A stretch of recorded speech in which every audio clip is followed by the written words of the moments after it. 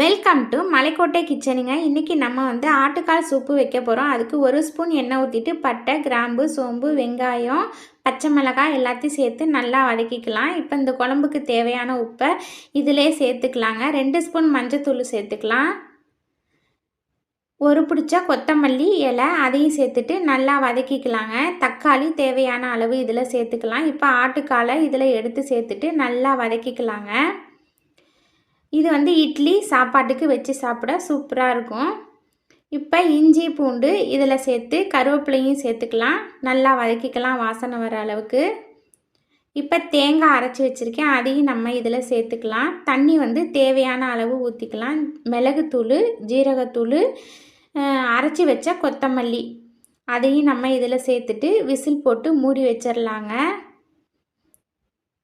இப்போ அருமையான ஆட்டுக்கால் சூப்பு ரெடி ஆயிடுச்சு.